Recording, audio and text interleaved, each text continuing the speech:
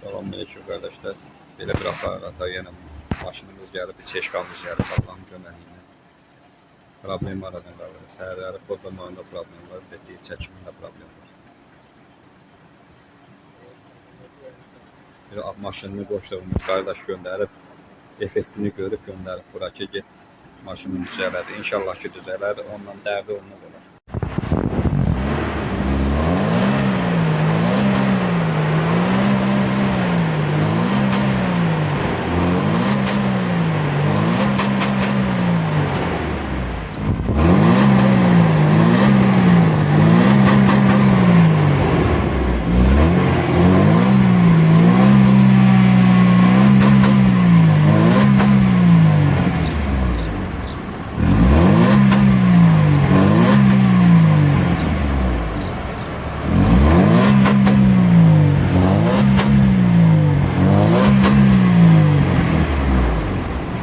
Essa te ajudei?